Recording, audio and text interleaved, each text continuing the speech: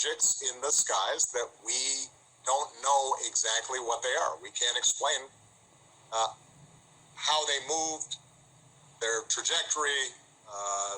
They did not have an easily explainable pattern.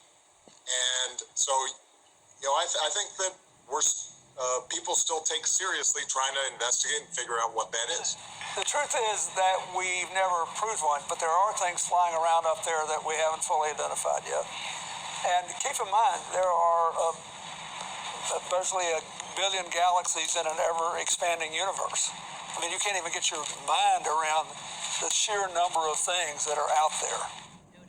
We're aware of the report requirement, and our team at the Office of the Director of National Intelligence is, of course, actively working on that report. And we take reports of incursions into our airspace by any aircraft, identified or unidentified, very seriously and investigate each one. But Odie and I would be working on that report, and in terms of disclosure, that would be up to them. The report, as you know, is being crafted and will be delivered by the Director of National Intelligence, but he has received a briefing on the work thus far. And as we've said before, we take all incursions into our operating spaces seriously.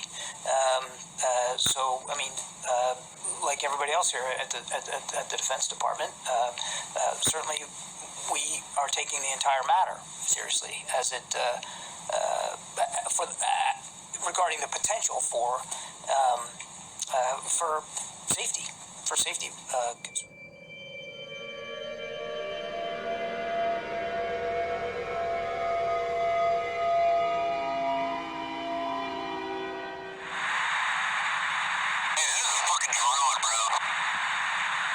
There's a whole fleet of them. Look on the ASA.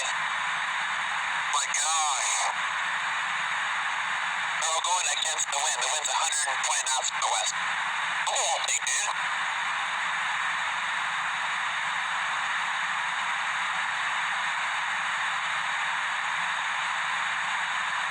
That's not our LNS though, is it? It's not. That is the LNS, dude. Well, if there's another thing, it's rotating.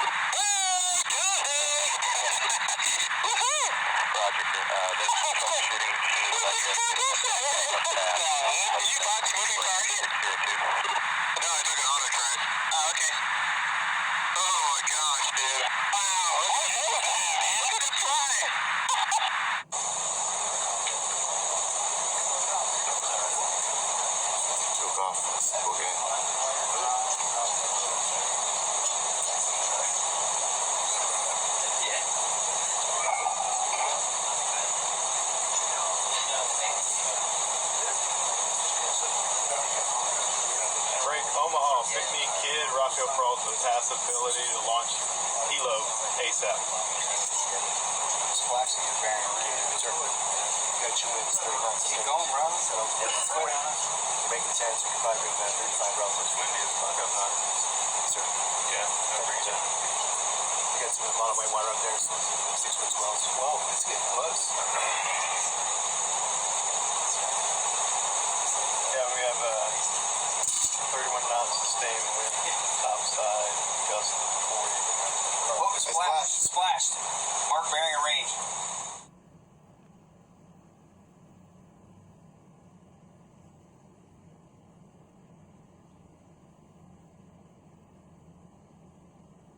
Oh, if you can write in general that long where we're at, and then the number of contacts you got, if it forces the speed meters off, you know what I mean, and relative position to us, and bearings, might be helpful too.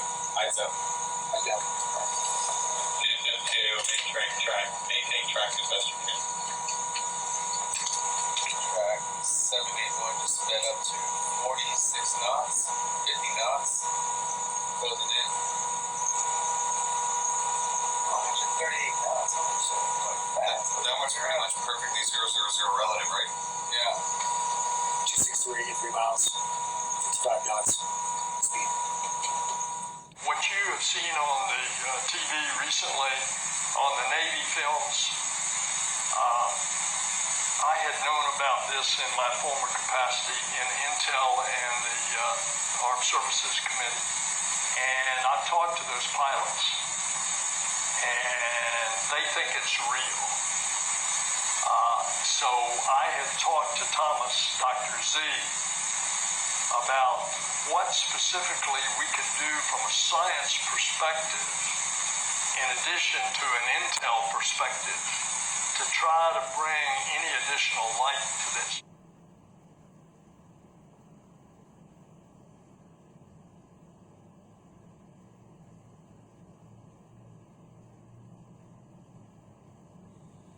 Newscaster in every newspaper across the nation has made headlines out of it, and this afternoon we are honored indeed to have here in our studio this man, Kenneth Arnold, who we believe may be able to give us a first-hand account and give you the same on what happened.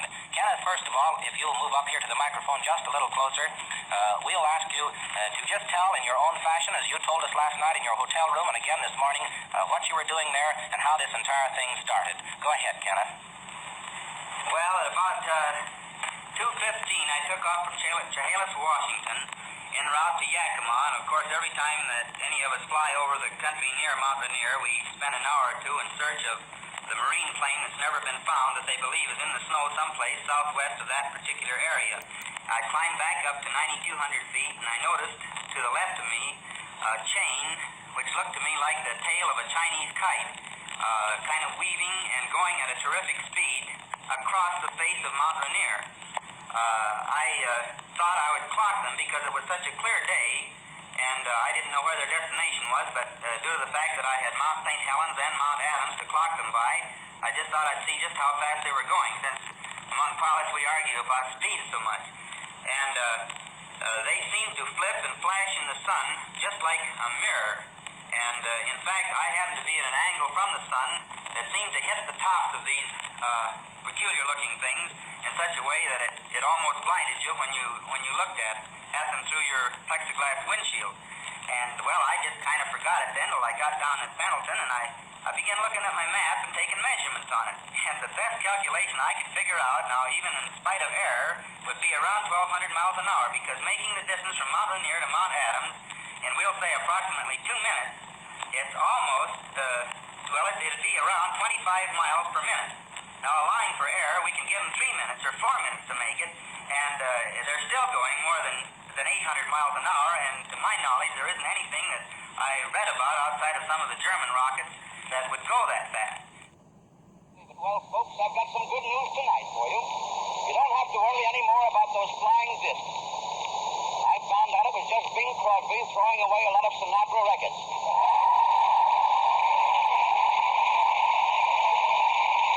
Anyway, I can't understand why people scare so easily. Headline the big news July 8, 1947. Police across the world of Pennsylvania and New Mexico suggested that the widely publicized mystery of the flying saucers may soon be solved. Army Air Force officers reported that one of the strange discs had been found and inspected sometime last week. Captain Mantell, Flight Leader F-51, to Godman Tower. Over. Stand by for further instruction. Sector divided to the area of the unknown. Command power to Captain Mantell. Investigate an unidentified object in your area. Mantell to tower. I see it. Above and ahead of me. I'm still climbing. Mantell to tower. The object is directly ahead of and above me. Now moving at half my speed. Conlon Tower to leader, flight 451. Conlon Tower to leader, flight 451. Come in. Mantell to tower. It appears to be a metallic object of tremendous size. The object now was in visual view of the tower personnel. Mantell to tower. I'm trying to close in for a better look. I'll go to 20,000 feet. Shortly after this, Pilot Hammond, the remaining wingman with Mantell, called Mantell over his radio. Level off, Captain, until I've regained visual contact. The personnel in Godman Tower waited tensely for Mantell's reply, but he made no answer. A moment later, Pilot Hammond made another report to the tower. Mantell seemed to have disappeared. Mantell had apparently climbed beyond his wingman. At 15:25, the remaining wingman broke off and returned to Stanford Field. The object, which was in visual sight from the tower, as were the F-51s during the chase, disappeared at approximately 15:50. The F-51s were first lost to view, and then the object went behind a cloud. Godwin Tower to Captain Mantell. Come in. Over. This is Godwin Tower to Captain Mantell. Come in. Over. At 17:50, Stanford advised Godman Tower that Mantell had crashed 5 miles southwest of Franklin, Kentucky.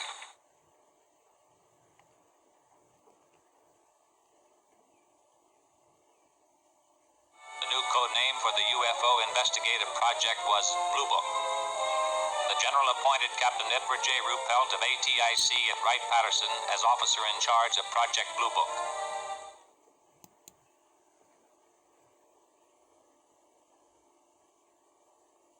In Washington, ghost-like objects dart across the radar screen at the CAA Traffic Control Center at National Airport for several hours, traveling more than 100 miles an hour. Air Force jet fighters spend several hours chasing the objects plotted on the radar scope. General Sanford, Air Force Intelligence Director, confirms that the objects are not secret American weapons and reiterates the Air Force's obligation to investigate. I am here to discuss the so-called flying saucers. The Air Force interest in this problem has been due to our feeling of an obligation to identify and analyze to the best of our ability anything in the air that may have the possibility of threat or menace to the United States. In pursuit of this obligation, since 1947, we have received and analyzed between 1,000 and 2,000 reports that have come to us from all kinds of sources. Of this great mass of reports, we have been able adequately to explain the great bulk of them, explain them to our own satisfaction. However, there have been a certain percentage of this volume of reports that have been made by credible observers of relatively incredible things. It is this group of observations that we now are attempting to resolve. Our basic difficulty in dealing with these is that there is no measurement of them that makes it possible for us to put them in any pattern that would be profitable for a deliberate, custom sort of analysis to take the next step.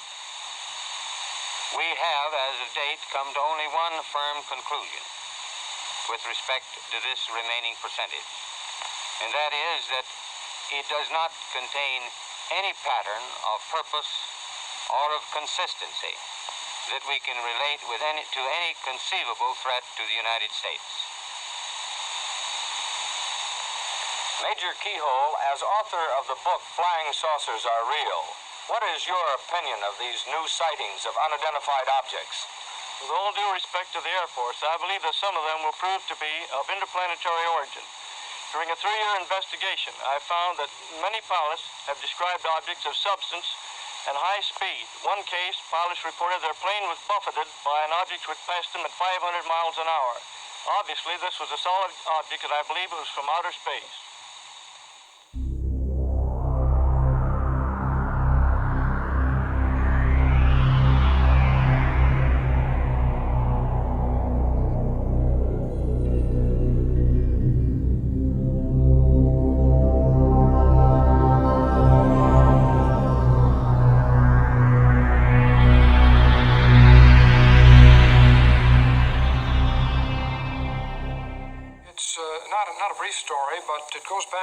1953 when a CIA-involved investigation was held. As a result of the extremely heavy wave of sightings in 1952, the CIA and Air Force became so concerned over the sheer number of reports that were tying up American intelligence channels that they wanted to get this signal out of the system, asked the Air Force, the CIA asked the Air Force for a debunking policy. The literal wording was to debunk the flying saucers, to decrease public interest in the UFOs. The panel members were seated around this table. It was a rather somber and impressive occasion, actually. I was a junior member, and I remember feeling considerably nervous and apprehensive about being in front of this powerhouse of scientists. But then for the past 4 years, I had been scientific advisor to the U.S. Air Force on this very problem. There were two films that were of particular interest to the panel at that time. One was a film taken by a Navy officer while on vacation in Utah, near Tremonton, Utah. And the other was a film taken in Great Falls, Montana, by the owner of the local baseball team. The Utah film had already been subjected to some 1,000 or so man-hours of analysis by the Navy's Photographic Interpretation Laboratory.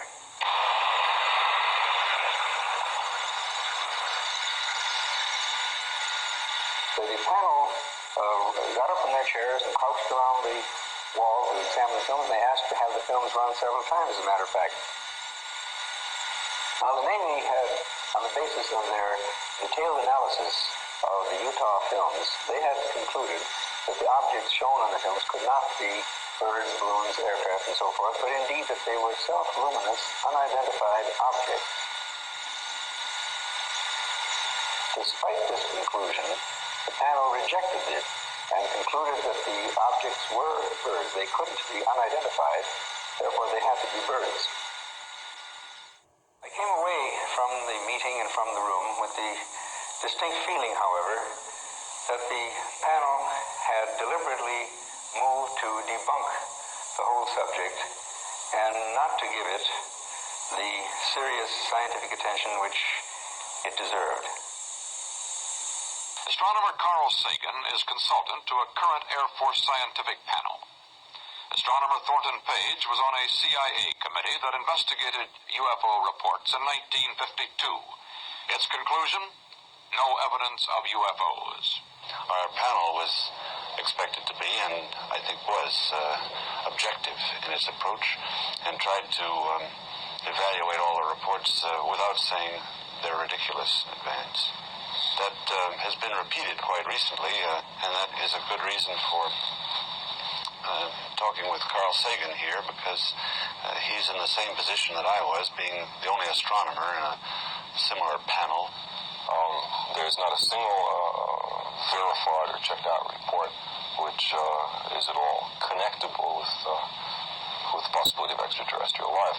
It doesn't say that I think extraterrestrial life is impossible. Quite the contrary. I think that many of the stars in the sky have planetary systems. We know enough now about the origin of life to make it appear likely that life arises naturally on the vast bulk of these planets. It's possible, but by no means certain, that life on many of these planets evolves into beings which are as advanced as we, or more advanced. And I don't see any reason why we can't imagine that there are civilizations thousands or millions of years in advance of ourselves, capable of technical feats that we can hardly imagine. If you would believe, as the flying saucer cultists would have us believe, that the majority of the saucer reports are due to visitations, then you have a very strange situation.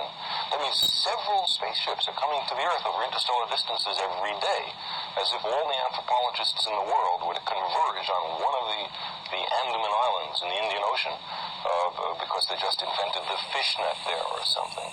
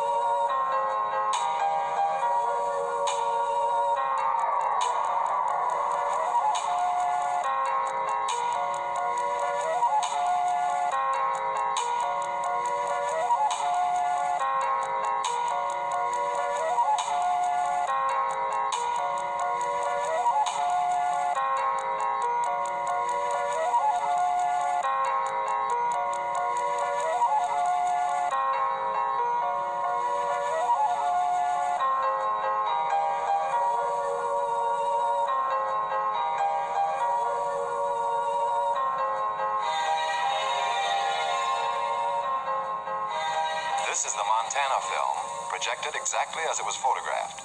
The objects are moving against a 25 to 28 mile an hour wind. This is the film in double frame or slow motion. A slight bounce in the movement of the objects as well as the tower is perceptible. This is due to the handheld camera. The film, analyzed frame by frame, shows the movement of the objects to be horizontal and steady. We have just made a jump cut in the film to an enlarged size and reversed the action.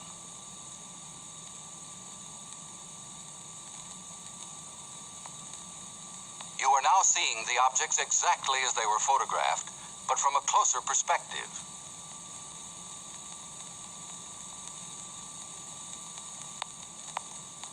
Analysis reveals that the objects are not balloons, nor any kind of known aircraft. This is the Utah film as it was originally photographed. The image structure and maneuvers definitely eliminate any kind of known aircraft. This is where Chief Photographer Newhouse, in his excitement, changed exposure. He believed that by changing density and giving the film more contrast, he could clarify the objects. The single object that reversed its course. The bounce is due to handheld camera. Observe the object in the upper left corner. We move in to study the action. The object upper left will go out of frame on widescreen projection.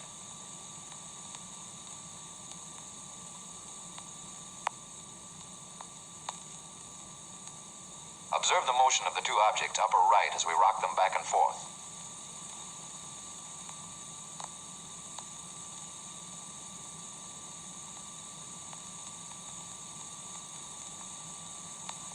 Now we move over and up on the frame to make a closer study of the object in the upper left corner. Examine this object closely, compared with those objects you saw in the Montana film. These films were taken approximately 2 years apart, hundreds of miles apart. We drop back to the original perspective and resume. Now the section of the film where photographer Newhouse changed exposure. Weather conditions, together with the persistence and motion of the formations, eliminate the possibility of atmospheric mirages. Now, to explain what are we seeing and why are we seeing it in this particular Okay, shade? so we'll just kind of go around it. So if you look at the OPRs operate in the top left corner. NAR is narrow field of view, which is zoomed in. IR at the top middle, it means it's in infrared mode. So instead of seeing color, you're seeing temperature variations. Okay. And these things are extremely sensitive to in like tenths of degrees. They will tell you the difference. So it'll go from black to white. So in this case, white is hot. So if you look down in the bottom left corner, it says WHT. That's white. That means white is hot. So the object that you're looking at is hotter than the sky around it. But what you also notice is there's no plumes. Now, if you're looking at an airplane, when you get closer, you'll actually see the exhaust coming out, and there will be a really glowing plume. That's important as we look at the video. And then most of the stuff on here you really don't need to know. What you can look at is the bottom right corner, it says 19,990 and a B. That's the altitude. And if you look up in the little words where it says HDG and then BALT, it's autopilot. So it's on altitude hold. It's just flying for that. So you can go ahead and play the video. And so those two bars next to the white object, that's a passive track. So what he's done is he's commanded the FLIR to track that. So what the system does is it uses, it's actually tracking, it can track pixels, and it's just basically block those hot pixels, those white pixels from the black ones. And then you're going to see now, pause it real quick. So up at the top, see it went to a white screen with the black object. This is a black and white TV mode. And if you look at the top, it says TV. So narrow in TV mode is actually, you can get closer than narrow in IR. It's literally narrow in IR is about medium in TV mode. So you can get closer with the TV mode. So as you look at it now, in this case, you would actually start to see stuff going on. And even in TV mode, because you get exhaust, you know, the black exhaust that comes out, you'll usually be able to see kind of some of that coming out of the back, and you don't see anything. This thing's just sitting there. And if you look at the top where it says 3 right, that's the pod is looking 3 degrees right of the nose of the airplane, right? So he's just flying along. The bottom numbers, don't worry, those are time. So it's 41:56. So go ahead and hit play. And what he's doing is Chad's going through all the different modes because he's like, oh, I got it. And he's going to try and see the best video that he can get. Now, there's rumors that this video is like 10 minutes long. No, what you're looking at is the entire video. Now, notice where it says 99.9? So hit pause real quick. What that means is why he's got the targeting pod, because that's his primary sensor right now, the radar is still trying to look at this object and trying to range it, and the radar can't get ranging on it. So the object is doing something to say, I'm not giving you back, because it's just a Doppler radar, just like a police radar is a Doppler. It's trying to get a ranging on you, and it can't do it. So when it says 99.9, the radar cannot see this object right now. It's not allowing it to get range. Because everyone thinks stealth is invisible. It's not. It's a technology to basically make it harder for radars to see you. You know, and that's the whole thing. You know, if you look at, airplanes that are nose on, are harder to see than airplanes at the side. It's kind of like, think of a barn door. If you're looking at the whole barn door, it's really easy to see. If I turn the barn door sideways where it's really thin, it's going to be a lot harder for you to see it. Got it. So that's the easiest, most basic way to look at this. So keep going. You can play again. And you can look, the airplane is still sitting at 20,000 feet. It's doing 250 knots. He's going to go through different modes and try and lock it. And it's just kind of sitting, and all of a sudden, as the video goes on, I think it's a minute and a half long. See, it's going to try and reacquire. It recenters the pod, so it's slowly drifting to the left. The Hornet is still going the same heading, it's just kind of hanging out, and they're just filming this thing. And then when they get close, it's going to zing off the left-hand side. When you see it on a full, because this, you think digital, you'd be able to get a one-for-one copy. Unlike, when you copy your album to a cassette, you lose a little quality. Well, you still do in digital world, and off it goes to the left, and that's pretty fast to leave that field of view. When we have big monitors that we look at these when they come back, so we're looking at the original tapes. So play the end of that again, please, Jamie. So when it's taking off, how fast? When it just sort of like leaves the field of view and takes off to the left, how fast is that going? I would say pretty fast. It's an estimate. If we had ranging, you could obviously do the triangle and go, hey, because we know how big the field of view is. But for something to leave the field of view that fast with the pod just staring is pretty fast. I mean, it's like out of here. Like nothing that we have. No, because we can't. I don't care what airplane is. So let's just use the F-22 Raptor. That's probably it's probably the best airplane in the world right now, performance-wise. It can't take off like that. Coming Saturday, August 4th, Ghost-O-Rama. Yes, Ghost-O-Rama is still happening, folks. Different venues, same event. That's right. You move to the Paw Paw Playhouse in Paw Paw, Michigan. 404 East Michigan Avenue in Paw Paw, Michigan, 49079. That's right. Same stuff's happening. There's going to be paranormal groups, a paranormal meet and greet, Ghostbusters, a mystery machine, spooky vendors, live band, ghost tour, Jurassic Park, killer cars, truck, disc jockey, historical museum tour, kid haunted house, and much, much more.